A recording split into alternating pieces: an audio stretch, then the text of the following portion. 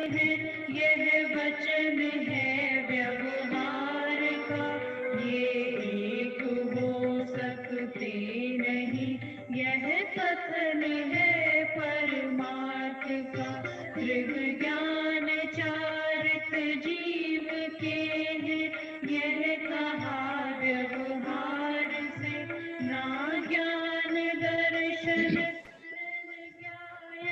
शुद्ध है परमार्थ से। जो सो रहा व्यवहार में, वह जागता निज कार्य में। जो जागता व्यवहार में, वह सो रहा निज कार्य में। वह सो रहा निज कार्य में।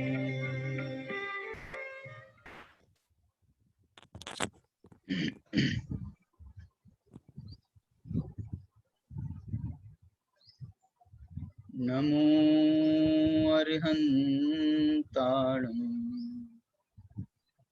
नमो सिद्धाणं नमो आयरीयाणं नमो वज्रायाणं नमो लोई सौवसागुणं।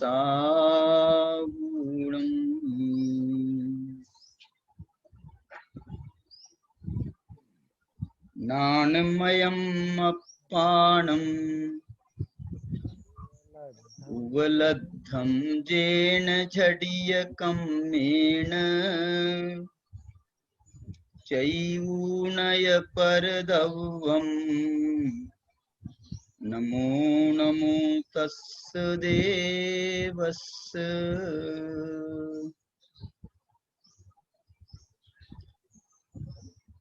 मोक्ष पाहुड़ के आधार पर जो रत्नत्रय की चर्चा हम कर रहे हैं, रत्नत्रय की चर्चा, मोक्ष मार्ग की चर्चा, अथवा इसको एक शब्द में कहें रत्नत्रय को, सम्यक दर्शन ज्ञान चारित्र को, तो उसका एक नाम है सम्यक्त्व। रत्नत्रय भेद विवक्षा से कहा जाता है। मोक्ष मार्ग शब्द जो है वो भी इसके लिए प्रयुक्त किया जाता है।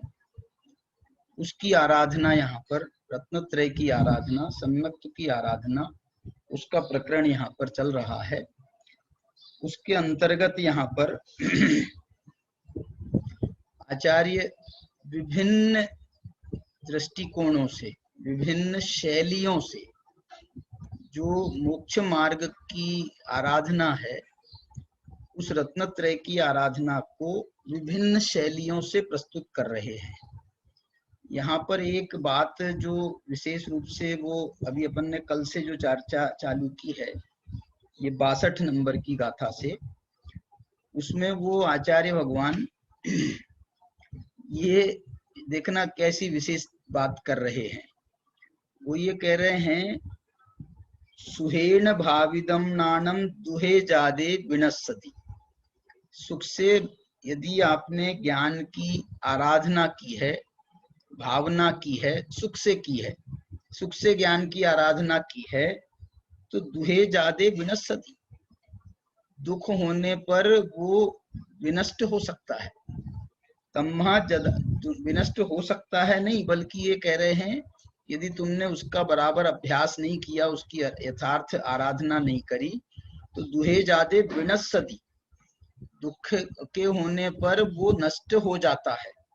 तम्हा जहा बलम जोई, इसलिए योगी को यथा बल यथा शक्ति अप्पा, अपनी आत्मा को दुखे ही भावये, दुख में भाना चाहिए, दुख से भाना चाहिए, दुख से भाना चाहिए। इसके पीछे आचार्य भगवान का क्या संदेश है, उसकी अपन ने कुछ चर्चा इसमें कल की थी।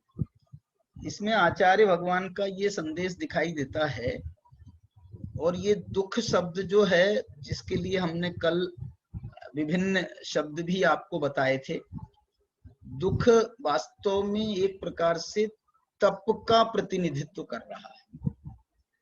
ये जो कह रहे हैं ना, अप्पा दुखे ही भावई, मतलब ये आत्मा को तप के द्वारा भाना चाहिए।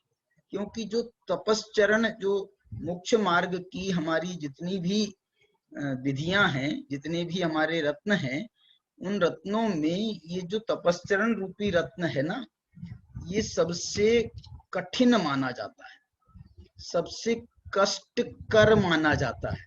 तो ये जो उसका विशेषण है ना, कष्टकर, कष्टकर माने कठिन, कष्टकर का मतलब कष्ट देने वाला नहीं है, बल्कि वो कष्ट देने वाला नहीं है। तपस्चरण करने वाला जो तपस्वी है वो कष्ट से ये तपस्चरण को करता है, माने कष्ट से करता है। माने अपने को यदि थोड़ा बहुत अनुकूलता नहीं भी होती है तो वो जो है अपने को प्रतिकूलता देकर भी वो उसकी आराधना करता है, तप की आराधना करता है। तो वही प्रतिकूलता देकर, अपने को प्रतिकूलता देकर, इसके लिए आचार्य भगवान यहाँ पर शब्द का प्रयोग कर रहे हैं, अपने को दुख देकर। माने असाता का उदय नहीं है, लेकिन असाता को आर्टिफिशियली, माने असाता को पैदा करके, असाता को उत्पन्न करके, कि भाई हमको प्रतिकूलता में भी हम इसकी आराधना कर सकते हैं या नहीं कर सकते हैं। मैं आपको ये बताना भी चाहता हूं, कल वो बात बताते बताते रह गई थी, जो कबीरदास जी का दोहा है ना, उनका दोहा तो इससे थोड़ा उलट है। उलट है माने कबीरदास जी ये कह रहे हैं, दुख में सुमिरन सब करें, सुख में करे ना कोई। और कुनकुन भगवान कह रहे हैं, यदि तुमने सुख से सुमिरन किया है तो दुख उत्पन्न होने पर वो नष्ट हो जाएगा। एक बात जरूर है कि दोनों जो दृष्टिकोण है, कबीरदास जी का भी जो दृष्टिकोण है एक अपेक्षा से, वो दृष्टिकोण भी एक प्रकार से सही है। उसके भी उदाहरण लोक में मिलते हैं कि क्योंकि सब दुख में सुमिरन करते हैं। भगवान की याद कब आती है? तो बोले भगवान की याद दुख में आती है, सुख में किसी को भगवान की याद नहीं आती है। लेकिन यहाँ पर जो सुख में भगवान की याद नहीं आती है, ये बात नहीं है। यहाँ पर तो ये कह रहे हैं, यदि तुमने सारी अनुकूलताओं में तुमने यदि ज्ञान की आराधना की, अनुकूलताओं में मतलब आप ऐसा समझ लो, साहब हम स्वाध्याय कर रहे हैं। कहाँ स्वाध्याय कर रहे हो साहब? बोले साहब घर में स्वाध्याय कर रहे हैं। कैसा है घर? कैसा है घर? एसी लगा हुआ है, बिल्कुल मंद मंद बयार बह रही है, सुगंधों का कोई हमने इंतजाम करे, पांचों इंद्रियों का इंतजाम कर रखा है वहां पर। यदि आपने तो जो है फिर तुम्हारा जो स्वाध्याय है ये पता नहीं कैसा स्वाध्याय हो रहा है। पता नहीं मतलब स्वाध्याय को सामान्य से भी, स्वाध्याय की जो विधि है वो आप बहुत कष्ट उत्पन्न करके स्वाध्याय मत करो, लेकिन ऐसी जो है ना बहुत अनुकूलताएं देकर भी अपने को स्वाध्याय में प्रवृत्त करना और अपने को वैसी आदत डालना, शरीर को वैसी आदत डालना कि भैया हमको तो जो है अनुकूलता रहेगी तो हम सब धर्म कर्म सब कर लेंगे, लेकिन यदि हमको थोड़ी सी प्रतिकूलता हुई तो हम जो है ना ये फिर तो वो प्रतिकूलताओं का ध्यान करेंगे, फिर आत्मा का ध्यान क्या करेंगे। इसलिए जो है इसको जो है वो एंगल अलग है कबीरदास जी का, कुनकुन भगवान का एंगल अलग है, लेकिन दोनों में सुख दुख की चर्चा हो रही है। दुख में सुमिरन सब करें, सुख में करे न कोई, जो सुख में सुमिरन करे तो दुख काहे को हुए। तो ऐसा जो है यहाँ पर जो है, यहाँ इनका अब यहाँ इनका एंगल सुनो। इनका कहना है, सुहेन भाविदम नानम दुहे जादे विनस्सदी।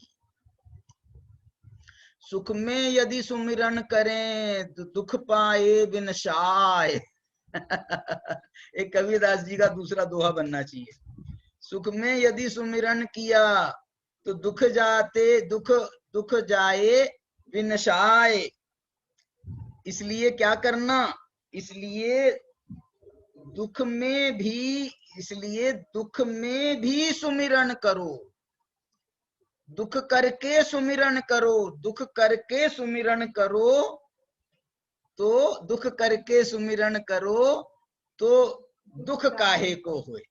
दुख करके माने, यदि देखो इसमें एक और एंगल बहुत अच्छा है, यदि आपने दुख करके सुमिरन किया, मतलब यदि आराधना की दुख करके, तो आपको ये फीलिंग तो नहीं रहेगी ना कि किसी ने हमारे ऊपर उपसर्ग कर दिया, किसी ने हमारे को कष्ट में डाल दिया, किसी ने हमारे ऊपर हमको प्रतिकूलता पैदा कर दी। क्यों? क्योंकि ये तो तुमने खुद पैदा की हुई है। ऐसा जो है, यदि हम खुद पैदा करके करते हैं ना, तो इस बात का हमको अफसोस कभी नहीं होता है कि भैया अरे यार, अरे किसने कहा था तुम्हारे को, खुद तुमने लिया ना, ये अनशन का तप किया है तो ये तुमने खुद किया है ना। किसी ने प्रेरणा भी की होगी, लेकिन आखिरी अंतिम निर्णय तो तुम्हारा खुद का था। किसी ने प्रेरणा करी, प्रेरणा करने वाले तो करेंगे, प्रेरणा करने वालों ने तो बहुत बड़ी प्रेरणा करी थी। तुम एक दिन के लिए तैयार हुए, उनने तो कहा था पूरा तुम 16 कारण का व्रत करो 1 महीने का, लेकिन तुमने तो एक दिन का ही स्वीकार किया ना। तो इसलिए इसका मतलब है, देखो ये एक बहुत, ये भी एक बड़ा मनोविज्ञान है। और आचार्य भगवान कह रहे हैं कि मोक्ष मार्ग में क्या प्रसंग कब आ सकता है, ये तो हमको गृहस्थ अवस्था में हम हैं तो हमको वो जो है ना वो फीलिंग होती नहीं है, वो हमको परिस्थितियों का से सामना नहीं करना पड़ता है गृहस्थी अवस्था में। लेकिन जब यदि हमने त्याग अंगीकार किया है, तप अंगीकार किया है, व्रत अंगीकार किए हैं, मुनि धर्म अंगीकार किया है यदि हमने, तो यदि हम उसकी आराधना कर रहे हैं तो अब तो उसके तो सारे काम जो हैं कष्टों से ही प्रारंभ होते हैं। आपको घर छोड़ करके जंगल में रहना पड़ेगा वस्त्र आदि का त्याग करके नग्न दिगंबर रहना पड़ेगा। अब जो है तुम्हारे को ये जो 3 ऋतुएं आएंगी, वैसे ऋतुएं तो 6 होती हैं, सामान्य से जो 3 मौसम आएंगे, इन 3 मौसमों में आपको ऐसी ही साधना करनी है, नग्न दिगंबर ही साधना करनी है। सर्दी से सर्दी, कड़ी से कड़ी सर्दी पड़ जाए तो भी तुम्हारे कोई रूप नहीं बदलने वाला है। जंगल में आपको रहना है, ओपन में रहना है, खुले में रहना है। घर में रहने का विधान ये जो है, ये क्या बोलते हैं, उत्सर्ग मार्ग नहीं है। ये घर में रहने का, साधु के लिए घर में रहने का विधान नहीं है। इसलिए जो है घर में रहने का विधान नहीं है, माने हम आश्रम आदि बना करके भी रहें तो एक तो उद्दिष्ट का और दोष लगेगा इसमें। उद्दिष्ट अकेला भोजन का ही दोष नहीं माना गया है। उद्दिष्ट दोष जो है ये आवास से भी संबंधित होता है। आवास तो छोड़ो, मैं बोल रहा हूँ उद्दिष्ट विहार से भी संबंधित होता है। हम कोई विशेष कार्यक्रम के निमित्त से यदि हम गमन कर रहे हैं तो ये हमारा उद्दिष्ट गमन है, हमारा उद्दिष्ट निवास होता है, उद्दिष्ट आहार होता है। हमारे निमित्त से कोई कंस्ट्रक्शन का कार्य किया जा रहा है तो ये उद्दिष्ट आवास है। आहार हमारे निमित्त से बनाया जा रहा है तो ये उद्दिष्ट आहार है, क्योंकि इन सब कामों में आरंभ होता है। सहजता जो है उसमें खंडित होती है, सहजता खंडित होती है। देखो ना, मुनिराज भी आहार कर रहे हैं, लेकिन कैसा कर रहे हैं? यथालब्ध, इसके लिए शब्द है यथालब्ध, शब्द है, आगम का शब्द है यथालब्ध। यथालब्ध माने जैसा मिल गया, यथालब्ध। आवास के लिए क्या है? आवास भी करना पड़ता है, मौका आता है तो करना पड़ता है। जंगल में ही रहें ऐसा नहीं है।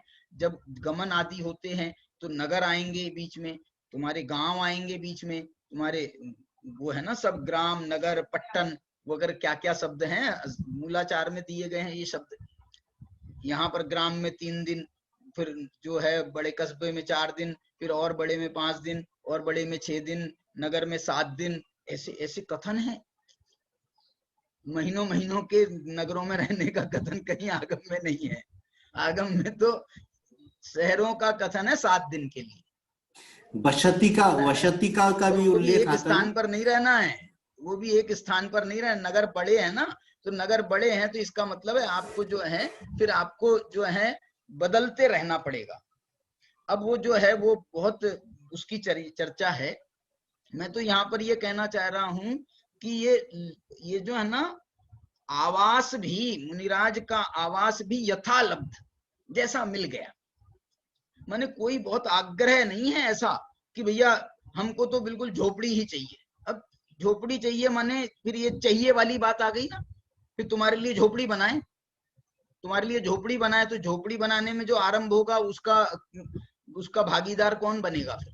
इसलिए जो यथालब्ध, यथालब्ध, तो इसलिए जो है और गमन भी जो है वो यथालब्ध।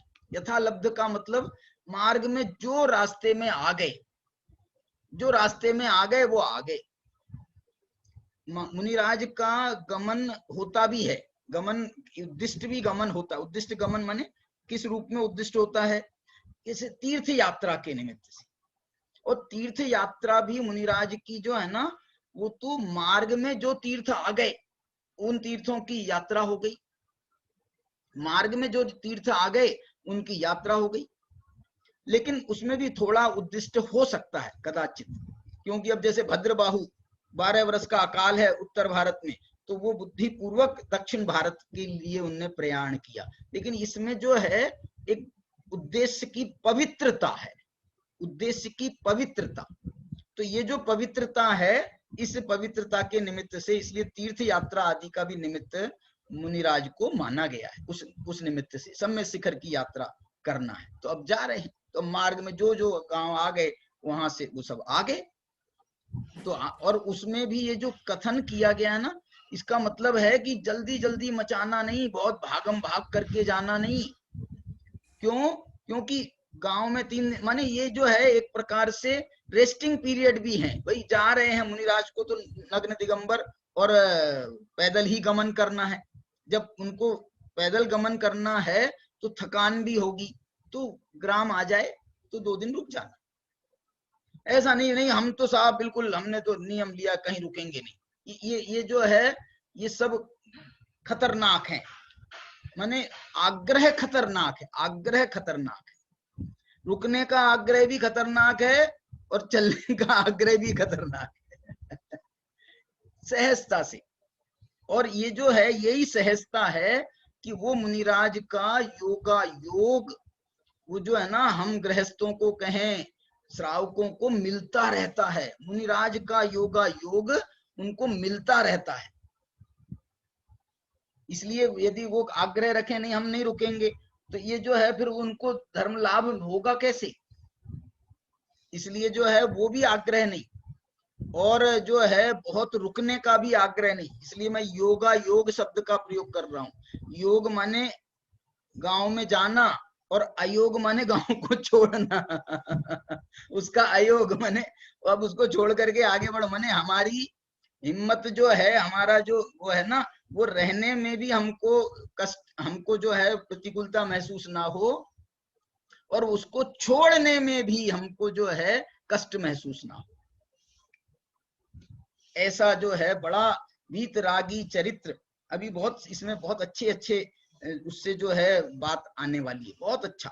मैं इसलिए जो सम्यक्त्व के अंतर्गत ये बात कर रहा हूं ना, सम्यक्त्व के अंतर्गत इन्होंने वो दर्शन ज्ञान चारित्र की जो है वो परस्पर जो उसकी संधि है, उस संधि को उजागर किया है। कैसा कैसा होता है, कैसे कैसे ऑप्शन दर्शन ज्ञान चारित्र के मिल करके कैसे कैसे भंग बनेंगे, कैसे कैसे भंग बनेंगे। भंग बनेंगे माने कभी ज्ञान बहुत होगा, कभी ज्ञान बहुत कम होगा, तो जो है ये एक भंग बन गया। कभी जैसे चतुर्थादि गुण स्थानों में, चतुर्थादि गुण स्थानों में सम्यक दर्शन की मुख्यता, सम्यक दर्शन ज्ञान की मुख्यता रहेगी, चारित्र की गौणता रहेगी, व्रतादि की गौणता रहेगी, तो उस परिस्थिति का वो एक भंग बनेगा। सामान्य साधुओं का एक भंग बनेगा, तपस्वी साधुओं का एक अलग भंग बनेगा। तपस्वी हैं, रिद्धिधारी साधु हैं, ऐसे जो हैं अलग अलग मुनि, यति, अनगार, साधु, ऐसे जो भेद बनते हैं ना, ये सब भेद जो हैं उनकी एक अलग अलग विशेषताओं को लेकर के बन जाते हैं। कोई मुनिराज में तप की प्रधानता है तो वो तपस्वी कहलाते हैं, कोई मुनिराज में रिद्धि की प्रधानता है तो वो रिद्धिधारी मुनिराज कहलाते हैं। 10 प्रकार के मुनियों का भी कथन आता है, 10 प्रकार के मुनियों का कथन। कौन कौन से नाम हैं? भैक्ष, ग्लान, गण, कुल, संघ, मनोज्ञ, ऐसे ही है, तत्वा सूत्र में है ना, सेक्ष, ग्लान, गण, जो कुल, ये कुछ मनोज्ञ। ऐसा। और जो है सबसे एक अंतिम नाम उसमें आता है साधु के भेद में, मनोज्ञ साधु। मनोज्ञ साधु, मनोज्ञ का अर्थ क्या है मालूम? मनोज्ञ का अर्थ ये है कि जो उपदेश दाता साधु होते हैं ना, सभी साधु उपदेश दाता नहीं होते। जो कोई साधु तो साधना के लिए बने, लेकिन जो उपदेश दाता साधु होते हैं वो विशेष रूप से मनोज्ञ साधु माने जाते हैं। क्यों? क्योंकि उनका उपदेश होता है, उनका उपदेश सुनते हैं तो हमारा बड़ा मन लगता है। इसलिए जो है ना, हमारे लिए तो जो है ये, हमको तो उनका सुनने में बहुत अच्छा लगता है, उनके पास बैठने में। थोड़ी सी चर्चा करते हैं। ये व्यवहार प्रधान साधु हैं।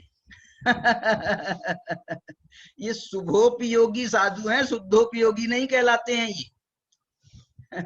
लेकिन जो है वो साधु चरित्र के ही अंतर्गत ये सब अलग अलग भेद बन जाते हैं। तो मैं आपको ये जो बताना यहाँ चाह रहा हूं, कुनकुन भगवान ये कह रहे हैं, सुहेण भाविदम नानम दुहे जादे विनस्सति तम्हा यथा बलम, तम्हा जहा बलम।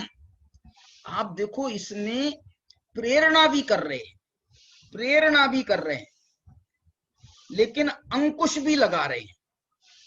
प्रेरणा क्या कर रहे हैं कि करो, कीजिए शक्ति प्रमाण, कीजिए, लेकिन अंकुश क्या लगा रहे हैं? शक्ति प्रमाण।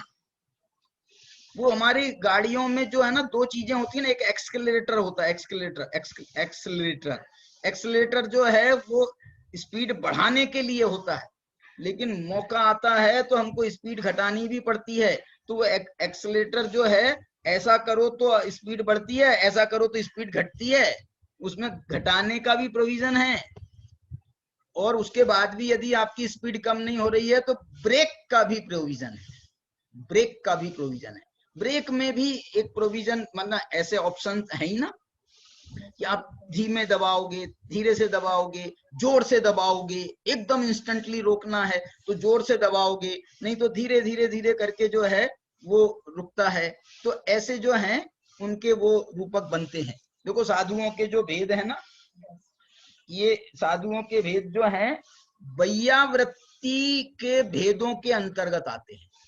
वैयावृत्ति जो नाम का वो है ना तप, उसके अंतर्गत ये 10 प्रकार के साधु की वैयावृत्ति करने के लिए ये 10 प्रकार साधु के बताए हैं। कौन कौन से हैं? आचार्य, उपाध्याय, तपस्वी, शैक्ष,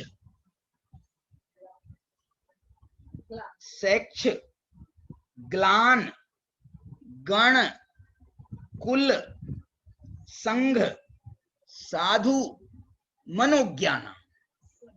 अब इसमें मनोज्ञ को सबसे आखिरी में रखा है, तो ये सबसे मतलब आखिरी में इनकी वैयावृत्ति का नंबर आएगा। सबसे पहले तो आचार्य को रखा है, फिर उपाध्याय को रखा, तो धीरे धीरे जैसे ऐसे कैटेगरी कम होती जा रही है। लेकिन मुझे लगता है कि इसमें जो है मनोज्ञा नाम अंत में भी जो है ना, कभी कभी प्रधान को भी रखा जाता है। प्रधान मतलब आचार्य से बड़े नहीं हो गए, आचार्य से बड़े नहीं हो गए, तो एक तरफ आचार्य हैं और दूसरी तरफ मनोज्ञ साधु। तो अब जो बीच में जो है बाकी के सब आ गए। तो ये मनोज्ञ साधु की भी एक जो है वो मानी जाती है। आचार्य हैं, उपाध्याय हैं, तपस्वी साधु का वैयावृत्ति के प्रसंग में, वैयावृत्ति के प्रसंग में आचार्य की वैयावृत्ति करना तो समझ लो एक बड़ा वो आवश्यक इसलिए है कि उनको वैयावृत्ति करना सिखाना भी है। साधु है ना, अपने साधुओं को वैयावृत्ति करना सिखाना, तो कैसे सिखाए? तो अपने पे ही प्रयोग करवाते हैं बेचारे। करवाते नहीं है, वो जो है ना, शिष्यों को भी उनके प्रति बड़ा अनुराग होता है। और दूसरी बात कह रहा हूं, आचार्य जो हैं, ये जो पूरा संघ संभालना है ना उनको, इसलिए उनको श्रम भी ज्यादा आता है, उनको श्रम आता है। और जो श्रम जिसको आएगा उसके साथ में जो है, जो भी एक हम उसको थकान का रूप दे देंगे, थकान का रूप आएगा, तो उसके कारण से वैयावृत्ति के वो अधिकारी हैं। इतनी जो है, इतना श्रम, इतना परिश्रम उपाध्याय नहीं करते हैं, जितना कि उनको भले ही ऑफिस में बैठे हैं, लेकिन जो है ना, उनके ऊपर जो दिमाग पर जो लोड होता है ना, वो लोड भी अपने आप में उस श्रम करता है, थकाता है। इसलिए वैयावृत्ति के अधिकारी हैं। उपाध्याय जो हैं, उनको तो अपना काम है, सिर्फ काम से काम है, बस अपनी क्लास लेना है, अपना विषय पढ़ाना है। इस दृष्टि से जो है उनके ऊपर लोड कम है, लेकिन फिर भी है, 2 नंबर पर उनको माना गया। ये ज्ञान का श्रम है उनके ऊपर, इनको व्यवस्था का है, अनुशासन का श्रम है, इनको ज्ञान का श्रम है। तपस्वी को चारित्र का श्रम है, चारित्र का मानी तप का ही श्रम है, तप का श्रम है। तो उसमें तो कैसा कैसा प्रसंग बन सकता है तपस्वी साधु को। तो वो जो है अनशन करने वालों की अलग वो होती है तपश्चर्या, 12 प्रकार के तप हैं, तो उनके 12 प्रकार के तपों की अलग अलग तपश्चर्या है, तो उसके निमित्त से वैयावृत्ति में भी भेद बन जाएगा। इसके बाद में है शैक्ष। ये शैक्ष बहुत इंपॉर्टेंट है। शैक्ष जो साधु हैं वो वैयावृत्ति के लिए अधिकारी हैं। शैक्ष किसे कह रहे हैं मालूम? शैक्ष कह रहे हैं, एक होता है शिक्षक और दूसरा होता है शैक्ष। माने शिक्षक गुरु हैं, तो शिष्य जो हैं वो शैक्ष हैं। क्या बोलना चाह रहा हूं सुदर्शन जी, आपके लिए विशेष रूप से देखो, माने जो विद्यार्थी हैं, उन विद्यार्थियों को भी वैयावृत्ति के योग्य माना है। क्यों योग्य माना है? क्योंकि वो एक तो बहुत संख्या में बहुत हैं, संख्या में बहुत है, तो किसी को कोई बीमारी हो रही, कभी किसी को कोई तकलीफ हो रही है, कभी किसी को कोई तकलीफ हो रही है, तो वैयावृत्ति आपको ही तो उसकी व्यवस्था करनी है, तो वैयावृत्ति का हो गया। और दूसरा, अध्ययन करने का भी अपना एक श्रम होता है। इसलिए जो है, जो हमारे वो बड़े पंडित जी साहब बताते हैं कि जो अध्ययन जैसे संस्थान बन रहे हैं ना अपने सब, यहाँ की खान की, पान की, इसकी भी एक विशेष प्रकार की वो चर्या होनी चाहिए, जिसमें जो है उनका उदर पूर्ति भी हो, और उनको जो श्रम होता है उस श्रम का जो है, जैसे हम थक जाते हैं तो हम बोल रहे हैं साहब हमने जो है ये शिकंजी पी ली, तो शिकंजी पीने से जो है वो हमारा शरीर में शुगर का लेवल कंट्रोल होता है। ऐसे जो है उस प्रकार के कुछ चीजों का प्रयोग किया जाता है विद्यालयों में, ये और विशेष रूप से हमारे जैसे संस्थानों में, जहां पर विद्यार्थी आवासीय संस्थान जो है, आवासीय शिक्षण संस्थान जो है, तो वहां पर इस बात का बहुत विवेक रूप से ध्यान रखा जाता है। माने ऐसा भी नहीं खिलाएं बच्चों को भी जिससे उनको प्रमाद उत्पन्न हो, और ऐसा भी नहीं खिलाएं कि जिससे उनको कमजोरी आ जाए, क्योंकि उनको अध्ययन करना है, अध्ययन करने का अपना एक श्रम है। तो उसको उनको वैयावृत्ति के, देखो ना, वैयावृत्ति के योग्य माना है। फिर इसके चौथे नंबर पर है, फिर है ग्लान का नंबर देखो, सेक्स का नंबर पहले है, ग्लान का नंबर बाद में है। ग्लान मतलब रोगी, वो वैयावृत्ति के योग्य है। फिर गण, पूरा गण, कुल, संघ, ये भी सब वैयावृत्ति के लिए जो है ये उसके पात्र हैं, योग्य हैं। और उसके बाद में साधु, और उसके बाद में मनोज्ञ। मनोज्ञ को यद्यपि बहुत श्रम नहीं पड़ रहा है, लेकिन वो मनोज्ञ है ना, इसलिए जो है उनकी वैयावृत्ति करने का भी एक उन्होंने अवसर, उनको लिए भी एक अवसर प्रदान किया है। यद्यपि उनको बहुत ज्यादा थकान आदि के इसके प्रसंग नहीं बन रहे हैं, लेकिन फिर भी वो जो है इस रूप में माना गया कि भाई उपदेश दे रहे हैं, उपदेश देने का भी तो अपना एक श्रम है, तो उस दृष्टि से उनको वैयावृत्ति के योग्य माना गया। ये साधुओं में अब इसी प्रकार के भेद आप गृहस्थों में भी करो, श्रावकों में भी करो, तो कोई अनुचित नहीं है। इस प्रकार की जो है ये सब मैं ये कहना चाह रहा हूं, ये एक चर्या की बात आती है। यहाँ पर जो है आचार्य क्या कहना चाह रहे हैं। अब इसके बाद में जो है ये गाथा 62 कहने के बाद में फिर 63 में उन्होंने एक जो है ना दुखे, उन्होंने कहा था ना सुहेण भाविदम नानम दुहे जादे बिनस्सदी, तो वो बोल रहे हैं दुख से हम फिर, अब इसका मतलब क्या हुआ, सुहे भाविदम नानम, इसका मतलब है कि दुहे भाविदम नानम, ये पॉजिटिव से कि दुख में ज्ञान की आराधना। ये ज्ञान तो एक शब्द है, इसमें ज्ञान मतलब एक एंगल है, इसमें आपको जो है ना चारित्र भी अंगीकार करो, श्रद्धान भी अंगीकार करो, आप जो है पूरा बल लगा दो, पूरा बल मोक्ष मार्ग में पूरा अपना बल लगा दो। एक बात इसमें जो कही जा रही है ना, मैं आपको ये भी कहा था, तपस्चरण की बात कही थी, ये विशेष रूप से निर्जरा का निमित्त बनता है, तपसा निर्जरा च। इसमें जो है एक मैं ये कहना चाहता था, इसमें पुरुषार्थ को शामिल करो। ये पुरुषार्थ जो है, पुरुषार्थ से काम करना, ये भी एक प्रकार का तप है। पुरुषार्थ से काम करना माने अपने आप को कष्ट देना अलग बात है, आप पुरुषार्थ से काम करोगे, आपको श्रम वैसे ही पड़ेगा, ये श्रम पड़ेगा आपको, माने थोड़ा सा उसमें आपको थकान की महसूस होगी, लेकिन होने दो। पुरुषार्थ से काम करने की बात है। तो पुरुषार्थ से सम्यक दर्शन का पुरुषार्थ, सम्यक ज्ञान का पुरुषार्थ, सम्यक चारित्र का पुरुषार्थ, ये सब जो है वीर्य, जो वीर्य है ना कर्म, वीर्यांतराय कर्म है, वीर्य नाम का गुण है। जैसे उसमें उन्होंने 5 भेद किए हैं वीर्य के, ऐसे इसके हजारों से भेद किए जा सकते हैं। इसके लिए आपको मैं बताऊं, एक परमात्म पुराण नाम का ग्रंथ है अपने दीपचंद जी शाह कासलीवाल का। उन्होंने तो कहा कि ये वीर्य शक्ति जो है ना, आत्मा में एक वीर्य नाम की शक्ति है 6 नंबर की, इस वीर्य शक्ति का रूप अनंत गुणों पर है। तो अनंत गुणों पर है, तो उसमें उन्होंने वर्णन किया इस बात का। क्या वर्णन किया मालूम? दर्शन वीर्य, ज्ञान वीर्य, चारित्र वीर्य, बल वीर्य, ऐसे उन्होंने वीर्य को बहुत सब गुणों पर घटित किया।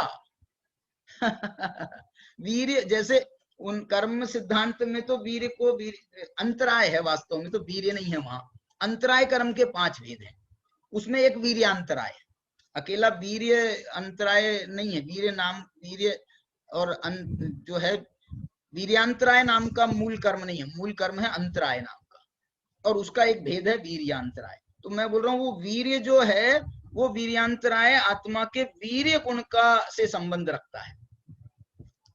तो उसमें वो ये कह रहे हैं ये वीर्य का रूप अनंत गुणों पर कैसा होता है, तो उन्होंने इसके नाम दिए हैं, इसका थोड़ा थोड़ा विस्तार किया है वो परमात्मा पुराण में, और भी दूसरे ग्रंथों में भी इसका आपको नामोल्लेख मिल सकता है। दीपचंद जी के विशेष रूप से, दीपचंद जी शाह कासलीवाल जो हैं, चिदविलास के रचयिता, अनुभव प्रकाश ग्रंथ जिन्होंने लिखा है, बहुत बहुत अच्छे गहन अध्येता विद्वान थे। पीएचडी होना चाहिए इनके ऊपर, एक पीएचडी होना चाहिए दीपचंद जी शाह कासलीवाल पर। इन पर अभी हुई नहीं है, आपके दूसरे विद्वानों पर तो हो गई है, अब जैसे भूधरदास जी पे हो गई, आपके सदासुखदास जी पर हो गई, आपके चैढ़ालाकार पर हो गई है ना, टोडरमल जी पर डॉक्टर साहब ने करी है। ये बहुत उच्च कोटि के विद्वान है, उच्च कोटि।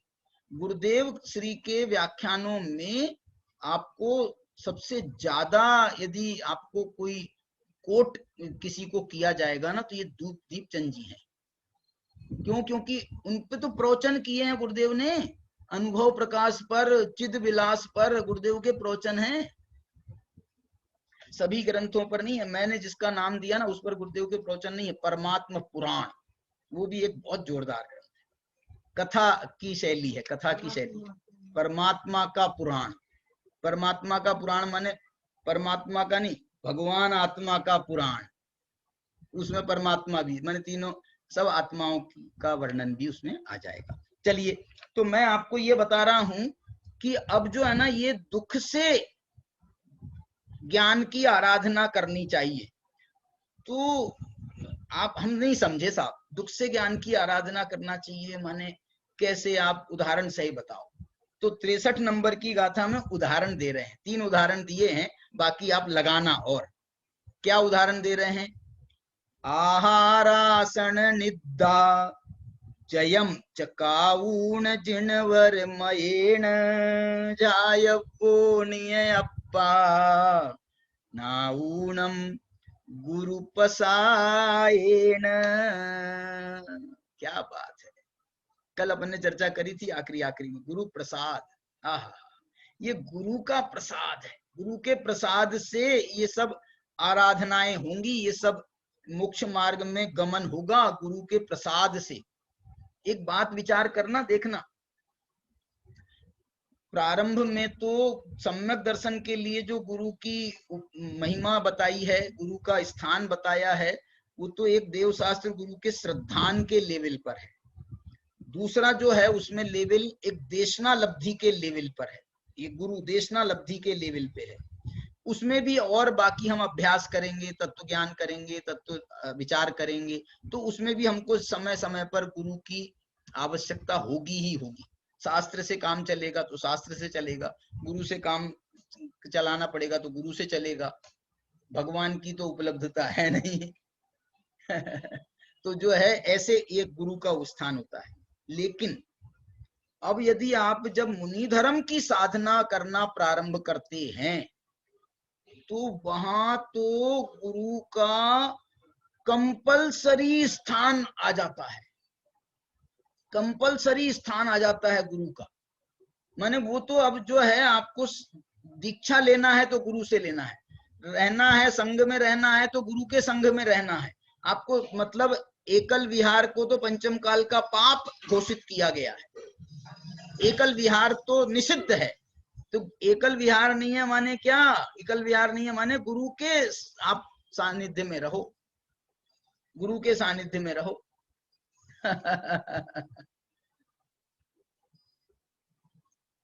गुरु के बिना जो है आपको दीक्षा की परमिशन नहीं है, दीक्षा की परमिशन नहीं है। ये कभी कभी प्रैक्टिकली बहुत इसमें जो है संकट महसूस होता है कि भैया हमको दीक्षा लेने का भाव है और कोई योग्य गुरु हमारे ख्याल में नहीं आ रहा है, तो हमारी तो दीक्षा का मार्ग ही अवरुद्ध हो गया, फिर तो हमारा दीक्षा। मैंने इस ऐसे हमारे विद्वत जो हमारी चर्चाएं रखी गई थी ना, अभी गोष्ठियां हुई हैं, उसमें मैंने 2 बार इस चर्चा उठाई है कि भैया इसका क्या सोल्यूशन है, इसका क्या सोल्यूशन है। एक बार हमने पवन जी से इसकी चर्चा करी थी और मैंने उनको इसी भाषा में चर्चा की थी कि साहब मेरा दीक्षा लेने का भाव है, बताओ। ऐसी परस्पर चर्चा होती, साधर्मियों को तो परस्पर चर्चा ही चाहिए। तो जो है उनसे हमने चर्चा की, तो उन्होंने क्या बोला था मालूम? मेरे को बहुत अच्छा बोला था। उन्होंने बोला था तुम जो है ना बड़े पंडित जी से बात कर लो, यदि वो तुम्हारे गुरु बनने को तैयार हो तो जो है तुम दीक्षा ले लेना फिर। मतलब एकल विहार का तो कोई स्थान ही नहीं है इसका। जैसे मुझे एक जो इनने रास्ता बताया ना, इससे एक समझ में ऐसी बात आती है कि भाई हमको यदि दीक्षा ऐसी, जैसे अब मुमुक्षु समाज के सामने संकट है, आज मुमुक्षु समाज के सामने संकट है कि भाई तुमको तो और तो कोई जम नहीं रहे, तो आपको जो है दीक्षा लेने का कोई भी मुमुक्षु साधक हो सकता है क्या नहीं, दीक्षा लेने के लिए उद्यत हो सकता है क्या नहीं। तो उस परिस्थिति में क्या करना पड़ेगा, कैसा होगा, ये विद्वानों के लिए मैं विचारणीय बात है। लेकिन उसमें जो है, जो कुछ हमारे को समझ बात चर्चा कर करके जो निष्कर्ष निकलते हैं वो ये है कि 4 लोगों को मिलकर के फिर वो प्रयास करना पड़ेगा, 4 लोगों को मिलकर। एकल विहार से तो होगा ही नहीं, अकेले तो दीक्षा लेने की परमिशन दी ही नहीं जाएगी। अब जैसे शांति सागर महाराज, जो इस युग के शांति सागर महाराज हुए हैं, उनको भी जो है उनके पहले कोई दीक्षा देने वाला नहीं मिला था। ऐसी घटनाएं आती है ना, कोई भट्टारक जी वगैरह से तो उनने वो तो ले ली थी ऐसी श्रावक की और इसकी प्रतिमाओं के लिए, लेकिन उसके बाद में जो एक्चुअल में दीक्षा लेने की बात आई थी, तो अब वो तो भट्टारक तो खुद ही दीक्षित, खुद ही वस्त्रधारी हैं, तो अब उनसे कैसे दीक्षा लिया जाएगा। तो उनने जो है फिर आगम की जो आराधना पूर्वक फिर उनने कैसे लिया था, वो एक मेरे को पूरा कथानक, पूरी परिस्थिति घटना याद नहीं है मालूम, लेकिन एक चारित्र चक्रवर्ती नाम का उनका ग्रंथ है, उसमें जो है उनका पूरा जीवन चरित्र है। मैं उसको पढ़ना चाहता हूँ एक बार, तो उसमें ये शायद घटना का उल्लेख होना चाहिए कि भाई उनने दीक्षा कैसे, उनका दीक्षा का कार्य कैसे संपन्न हुआ था।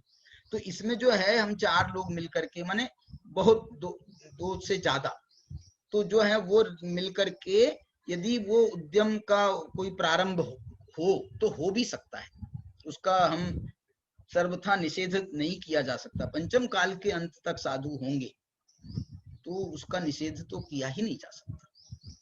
इस दृष्टि से जो है ये जो है इसमें ये कहना चाह रहे हैं, यदि आपको प्रैक्टिस करना है दुख से आराधना करने की, ज्ञान आराधना, चारित्र आराधना, दर्शन आराधना, दुख से करना है, तो इसका एक, जैसे वो एक उदाहरण दे रहे हैं कि दुख से करना है माने आप अपने आहार पर कंट्रोल करते हुए, विजय प्राप्त करते हुए आप साधना करो।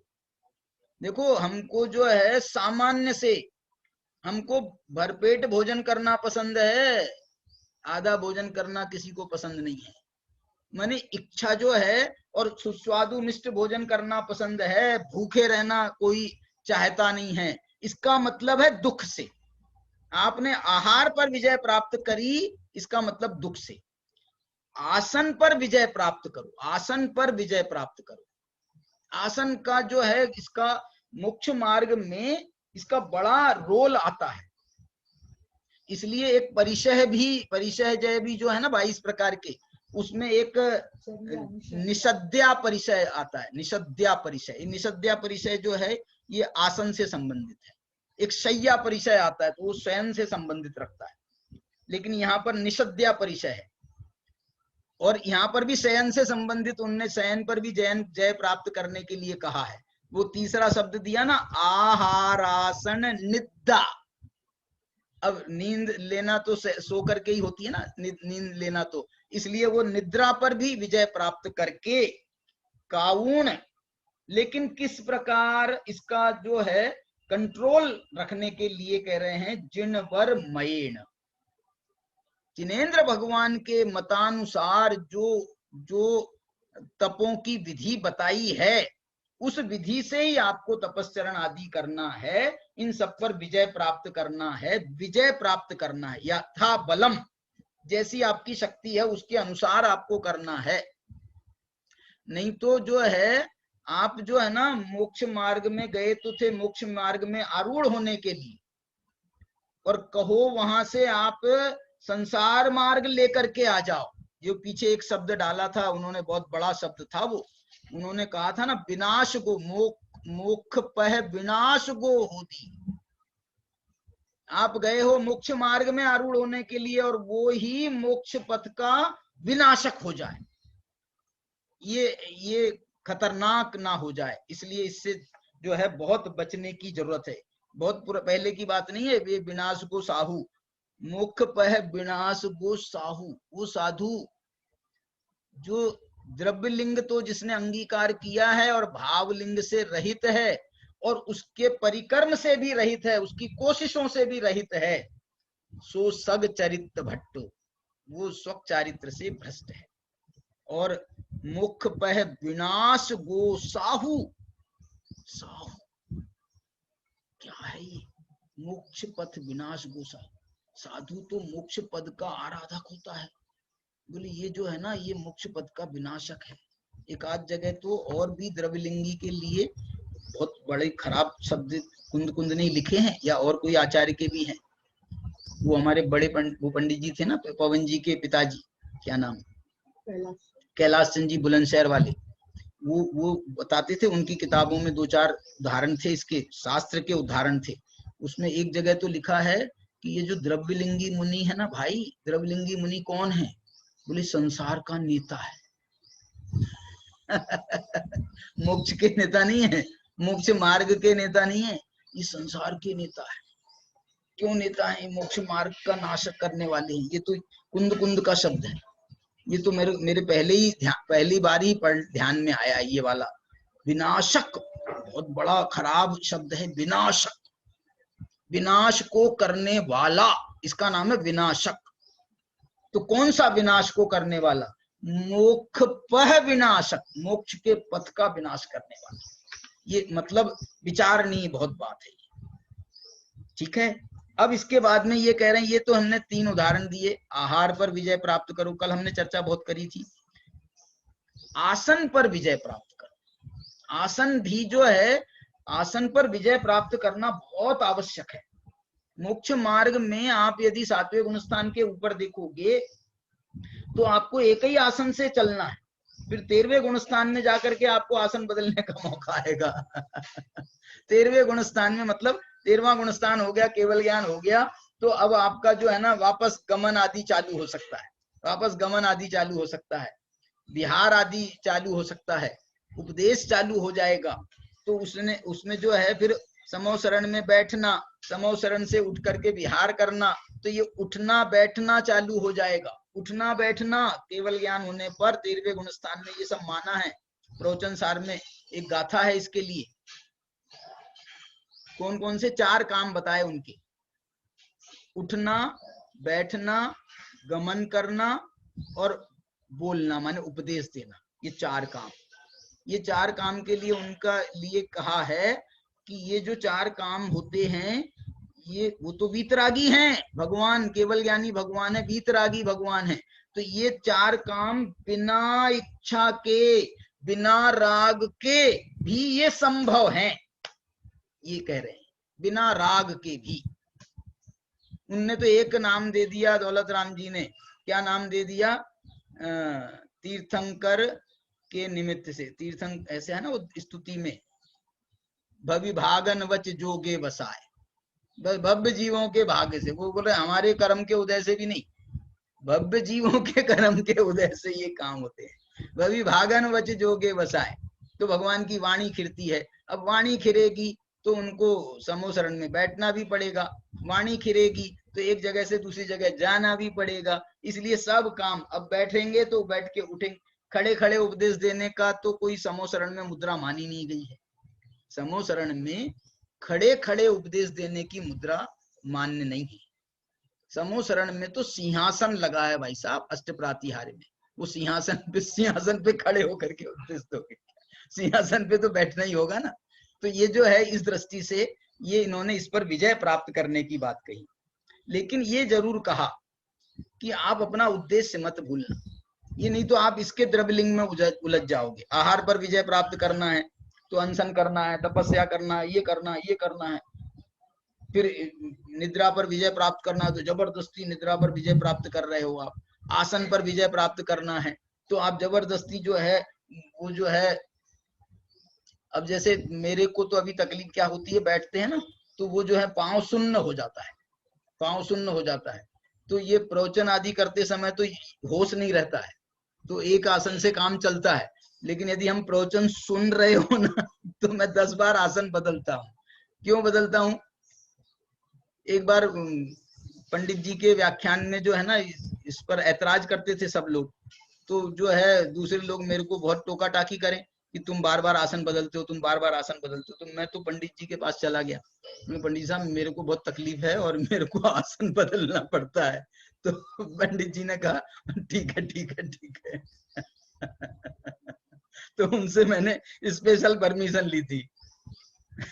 फिर उनको सब शिष्य मंडली को भी बताया, भैया मैंने पंडित जी से पूछ लिया। तो ये कहना ये चाहता हूँ, ये आसन जो है इस पर विजय प्राप्त करना, विजय प्राप्त करने के लिए कहा गया। अब ये विजय शब्द आया ना, समझ लो, तो ये 3 तो इनने नाम दिए हैं। आपको 22 परिचय जोड़ लेना चाहिए, क्योंकि 22 परिचय के साथ में भी जय शब्द है, परिचय जय। और यहां पर भी है आहार आसन निद्रा जयम। ये जो परिचय जय है ना, ये उपसर्ग जय की प्रैक्टिसेस हैं। उपसर्गों पर जय प्राप्त करने के लिए आपका जो है ना ये अभ्यास परिसय जैसे अभ्यास होता है। उपसर्गों का जो है वैसा विधान नहीं माना गया है, जो जैसे सगुप्ति, समिति, धर्म, अनुप्रेक्षा, परिसय जय, चारित्रयी, ये 6 नाम दिए हैं ना, इनके द्वारा संवर होता है, निर्जरा होती है। वो ये इसमें जो है उनने उपसर्ग पर विजय प्राप्त करना, उपसर्ग पर विजय प्राप्त तो करना है, लेकिन ये कोई कंपलसरी चीज नहीं है, कंपलसरी नहीं है। उपसर्गों के लिए तो टोडरमल जी ने यहाँ तक लिखा है कि 24 तीर्थंकरों में एक पार्श्वनाथ को छोड़ दें तो बाकी जो 23 तीर्थंकरों के ऊपर उपसर्गों की तो कोई उल्लेख नहीं मिलता है पुराणों में। श्वेतांबर पुराणों में तो मिलता है, लेकिन हमारे दिगंबर पुराणों में और उपसर्गों का नहीं। तो श्वेतांबर पुराण में तो महावीर भगवान के ऊपर ढेर सारे उपसर्ग बताए, बहुत सारे उपसर्ग बताए हैं श्वेतांबर पुराणों में। हमारे दिगंबर पुराणों में ऐसे कोई विशेष उपसर्गों का उल्लेख 23 तीर्थंकरों के साथ में नहीं है, एक इनके साथ में है, पार्श्वनाथ के साथ में। इसलिए जो है यदि वैसा मोक्ष मार्ग का यदि ये कोई उपसर्ग का जो है कंपलसरी विधान होता तो फिर तो कंपलसरी सबको उपसर्ग कराने पड़ते। परिसय जय का विधान है। परिसय जय तो ये बहुत जीवन की दिनचर्या की चीजें हैं, दिनचर्या की चीजें हैं परिसय जय। क्योंकि दिनचर्या हम में रहेंगे तो परिसयों के प्रसंग तो बनेंगे ही बनेंगे। ये तो सामान्य साता असाता के निमित्त से वो होते रहेंगे। परिसय जय भी अनेक प्रकार के हैं, अनेक कर्मों सापेक्ष हैं, सब साता असाता के निमित्त से परिसय जय नहीं है। एक वो जो है परिसय में शायद 14 परिसय, जो 14 परिसय तो वेदनी के निमित्त से हैं, और बाकी के परिसय जो है कोई चारित्र मोह के उदय से भी हैं और बाकी के उदय से भी हैं परिसय। दर्शन मोह के निमित्त से भी परिसय माने गए, चारित्र मोह के निमित्त से माना गया है। एकादश तो जिनेंद्र भगवान को होते हैं, ये एकादश होते हैं माने, बल्कि नहीं हो सकते हैं भी नहीं है, बल्कि सर्वार सिद्धिकार ने निषेध भी किया है, क्योंकि वहां तो वीतरागता वाली अवस्था आ गई ना, तो वहां पर जो है कोई परिचय नहीं है। लेकिन श्वेतांबर मानते हैं, उनको होते हैं परिचय। एकादश परिचय उनने माने हैं, तो उसके लिए दिगंबर ग्रंथ कह रहे हैं एकादश जिन्हें न संति, एकादश जिन्हें न संति, माने वो जो 11 परिचय आप कह रहे हो 11, तो हम तो 11 तो तुम भी नहीं मान रहे हो, लेकिन जो तुम 11 मान रहे हो वो भी 11 परिचय उनमें नहीं होते हैं। वहां अरंत अवस्था में कोई ऐसी बात नहीं है। तो ये जो है मैं क्या कहना चाह रहा हूं, ये कहना चाह रहे हैं कुंकुन भगवान कि ये सब बाह्य क्रियाएं करने का हम उपदेश दे रहे हैं। दुख से करो, दुख से साधना करो, दुख से ज्ञान की आराधना करो, दुख से साधना करो, दुख से करो, इसमें उलझ के मत रह जाना। ये दुख से करो किस लिए कह रहे हैं? झायवो नियप्पा, आपको ये सब करते हुए अपनी आत्मा का ध्यान करना भूलना नहीं है। झायवो नियप्पा, और नाऊणम गुरु पसायेन, इसके लिए यदि आपको गुरु के प्रसाद की आवश्यकता हो, गुरु के प्रसाद की आवश्यकता हो, और होगी गुरु के प्रसाद की आवश्यकता होगी, तो वो जो गुरु का प्रसाद है वो लेकर के, नाऊण ग्रहण करके, उसको जानकर, और झायवो नियप्पा, ऐसे समय पर हम अपनी आत्मा की आराधना कैसे करें? ऐसे समय पर हम अपनी आत्मा की आराधना कैसे करें? आहार को कंट्रोल करके हम अपनी आत्मा की आराधना कैसे करें? आसन पर विजय प्राप्त करके हम अपनी आत्मा की आराधना कैसे करें? निद्रा पर विजय प्राप्त करके, निद्रा जो है, निद्रा का एक अलग वो भी रोल भी होता है। कई लोगों को जो है ना, धर्म कार्य करने बैठे, स्वाध्याय करने बैठे, उनको जो है उस समय निद्रा का बहुत जोर करके वो प्रकोप आता है, निद्रा का बड़ा प्रकोप आता है।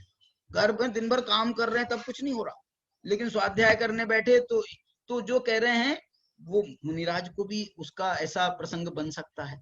तो वो मुनिराज, महाराज मेरे को ये बहुत आता है।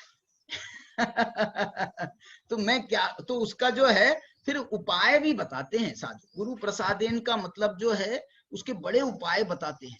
और बड़े उपाय जो है ना, एक तो मानसिक उपाय, शारीरिक उपाय, गुरु आहार आदि के प्रसंग, आहार आदि से भी उसका मैचिंग बिठाते हैं। तुम्हारे आहार में क्या क्या, जैसे आज तुमको बहुत निद्रा आ रही थी, चलो तो बताओ आज तुमने क्या आहार किया, तुम अपना आहार का आज हमको पूरा हिसाब बताओ। तो उनने बताया, तो अरे हाँ, ये जो चीज तुम खाते हो ना, इसका जो है तुम त्याग कर दो, या तुम 4 दिन के लिए त्याग करके देखो, इसके कारण से तुमको कोई साइड इफेक्ट तो नहीं आ रहे, लेकिन इससे ये निद्रा का इससे संबंध है। गरिष्ठ आहार ये भयंकर जो है निद्रा का दाता है, गरिष्ठ आहार। आज आपने साहब दाल बाफला खाया है, दाल बाटी चली है आज तो, बस आज तो ऑफिस से जो है 2 घंटे के बीच में छुट्टी मारना पड़ेगा। नरेश जी ने इसलिए पास में घर ले लिया अपना जब वहां आलस आया तो अपने आ गए घर। देखो, तो इसके ये ऐसा कह करके जाय वो निय अप्पा, ऐसा कहा आचार्य भगवान ने। इसके एक और गुरु प्रसाद की एक और गाथा, 2 गाथाएं।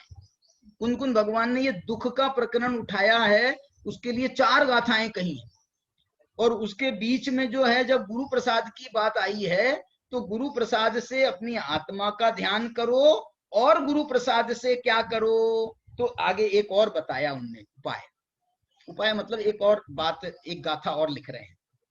अप्पाचरितवंतो, ये देखो गुरु का प्रसाद है इसमें, इस गाथा में भी गुरु का प्रसाद है। अप्पाचरितवंतो, आत्मा चारित्रवंत है, ये गुरु प्रसाद दे रहे हैं। गुरु का उपदेश ही प्रसाद है, गुरु की सलाह ही उनका प्रसाद है, गुरु का मार्गदर्शन ही उनका प्रसाद है। यहाँ पर कोई प्रसाद वो मिठाई लड्डू पेड़ा नहीं बट रहे प्रसाद में, यहाँ पर ये ऐसे आत्मा को प्रसन्न करने वाले प्रसाद बट रहे हैं। तो ये देखो क्या कह रहे हैं, वो कह रहे हैं ये प्रसाद सुनो गुरु का। अप्पाचरितवंतो, आत्मा चारित्रवंत है।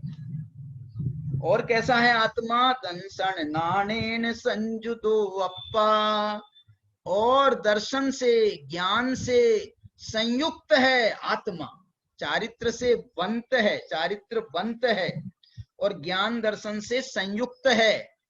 इसमें चारित्र के लिए भी उनने एक इसमें डाला कि जो चारित्रवंत होता है वो दर्शन नाणेन संजुदो, दर्शन ज्ञान से संयुक्त होने पर चारित्रवंत होता है। तो तू भी चारित्रवंत हो, कैसे, दर्शन नाणेन संजुदो सोझाय वो नित्यम, ऐसी आत्मा का ध्यान करो, चारित्रवंत दर्शन ज्ञान से संयुक्त, माने दर्शन ज्ञान चारित्र स्वरूप।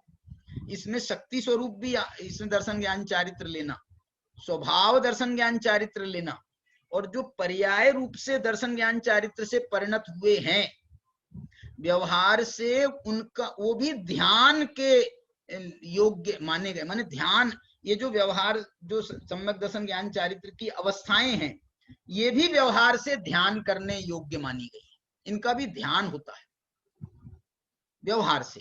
निश्चय से तो अभेद आत्मा का ध्यान होता है, लेकिन व्यवहार से तो भेद आत्मा का भी ध्यान होता है ना। तो गुण सहित, पर्याय सहित ऐसी आत्मा का भी वो प्रसंग इसमें बनेगा। सोझाय वो नित्यम नाऊणम गुरुपसायेन, ऐसी आत्मा का नित्य ध्यान करना, गुरु नाऊणम जानकर गुरु प्रसादेन। तो गुरु ने 2 प्रकार से, एक तो उन्होंने बाह्य अवस्थाओं के माध्यम से गुरु का प्रसाद दिया था, आहार निद्रा आदि पर विजय प्राप्त करके आत्मा का ध्यान करने के लिए गुरु का प्रसाद दिया था।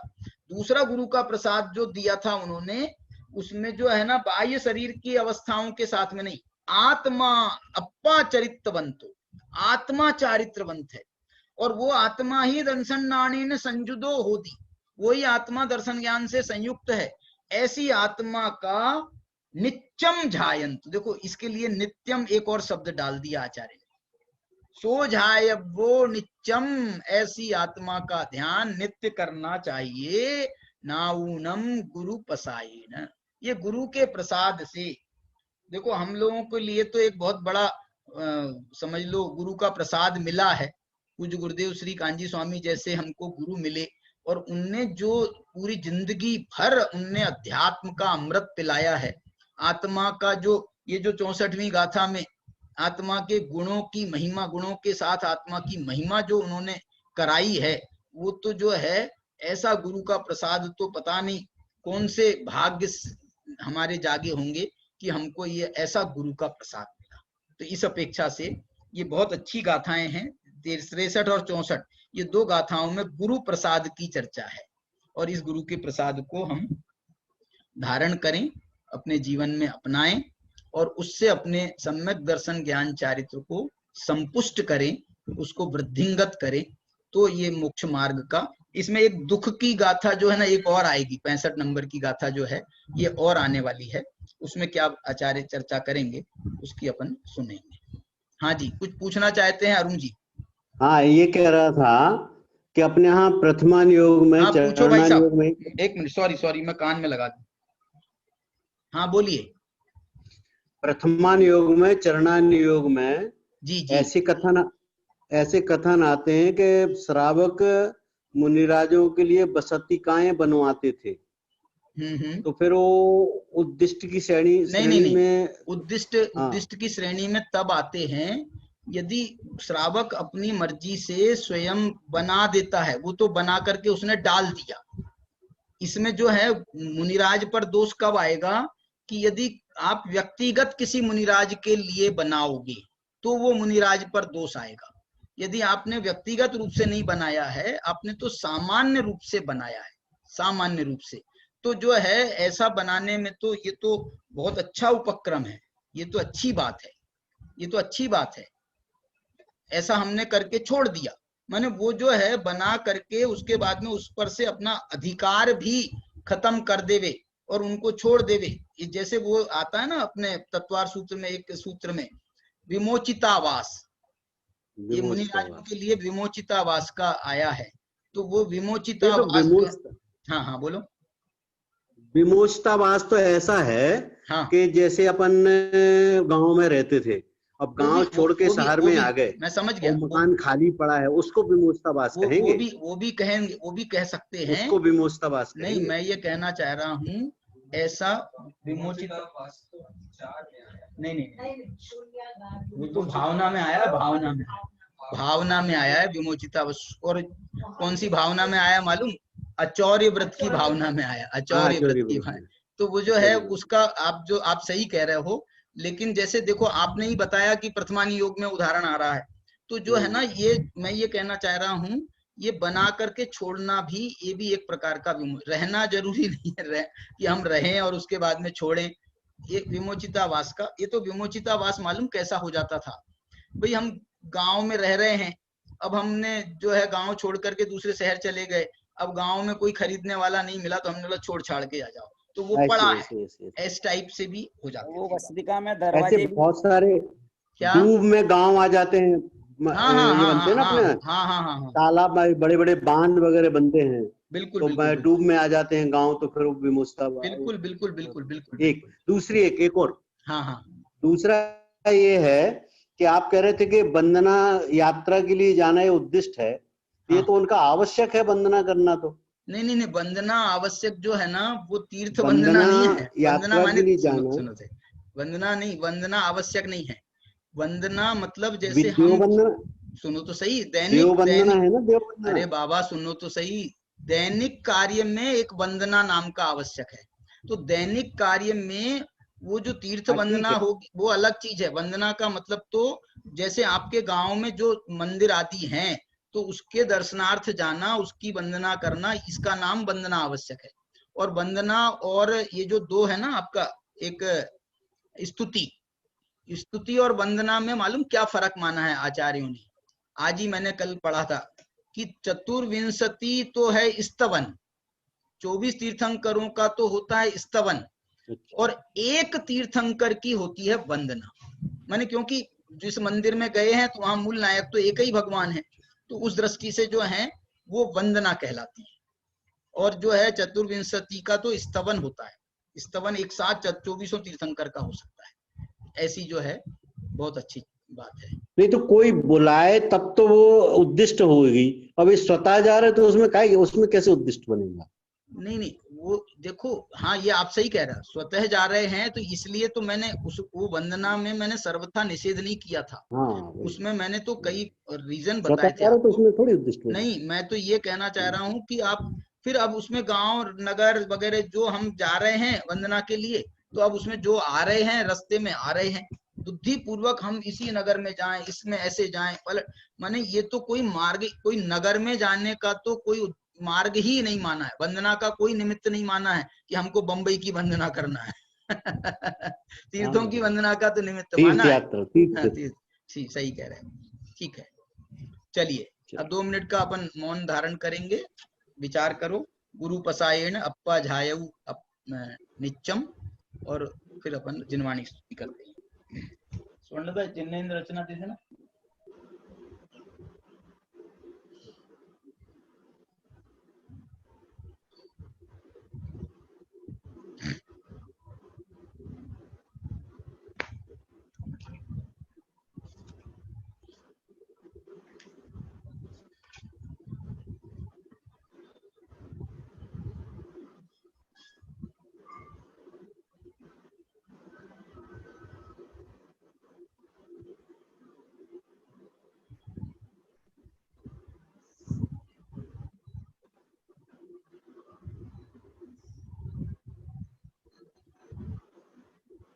बहुत सुंदर भक्ति है ये। भक्ति में जो है 6 छंद हैं दौलत राम जी की, तो अपन 3 छंद आज पढ़ेंगे और 3 छंद अपन कल पढ़ेंगे।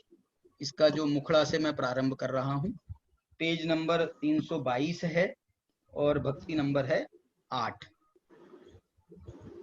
नित पीज्योति धारी जिन वाणी सुधा सम जान के, पूरा पूरा पूरा बोलने दो फिर आप बोलो। नित पीजो, बोलिए।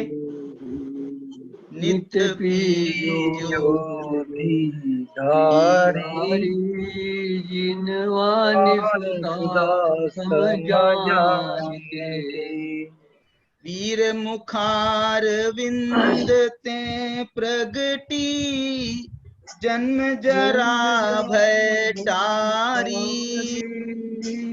वीर मुखार विंद ते प्रगटी जन्म जरा भय टारी। गौतमादि गुर उरु घट व्यापी परम सुरुचि कर तारी। नित्य पीजो धारी जिन वाणी सुधा सम जान के। सलिल समान कलिल मल गंजन, सलिल समान कलिल मल गंजन, बुध मन रंजन हारी।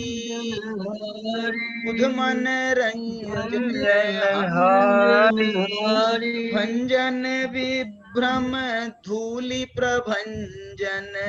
भंजन विभ्रम धूलि प्रभंजन, मिथ्या जलद निवारी। नित पीज्योति धारी जिन वाणी सुधा सम जान के। कल्याणक तरु उपवन धरनी, तरनी भव जल तारी। कल्याणक तरु उपवन धरिणी, धरणी भव जल धर तारी बंध विदारण पैनी छैनी बंध विदारण पैनी छैनी मुक्ति न सैनी सारी नित पी जो दीदारी जिनवाणी सुधा सम जान के। ये सारे विशेषण जिनवाणी पर विशेषण सारे लगाना।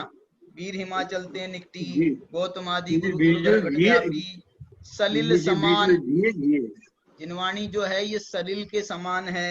कलिल मल गंजन, कलिल और मल का गंजन करने वाली है, गंजा करने वाली है। बुध मन रंजन हारी, बुद्ध जीवों के मन का रंजन करने वाली है।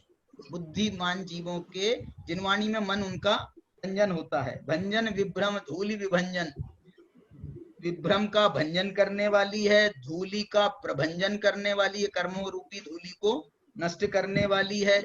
और मिथ्या जलद निवारी, और जो है ऐसे जलों को तो लाने वाली है जो भरपूर हैं, तत्व ज्ञान से भरपूर हैं, लेकिन मिथ्या जलद निवारी, मिथ्या बादलों का निवारण करने वाली। सूखे बादलों का क्या काम है, जिसमें जो है पानी हो, ऐसे बादल चाहिए। कल्याणक तरु उपवन धरनी, कल्याणक तरु उपवन धरनी तरनी भवजल तारी। कल्याणक के वृक्ष पर और उपवन में, उपवन को धारण करने वाले समोसरण को उपवन कह रहे हैं।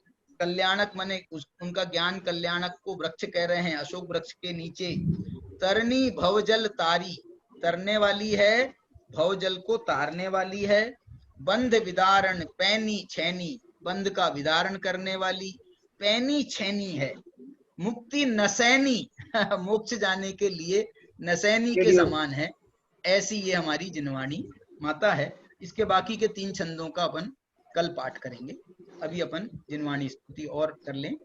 जावाणी के ज्ञान से सूझे लोकालोक, सोवाणी मस्तक धरम सदा देतूं दो। बोलो जिनवाणी माता की जय।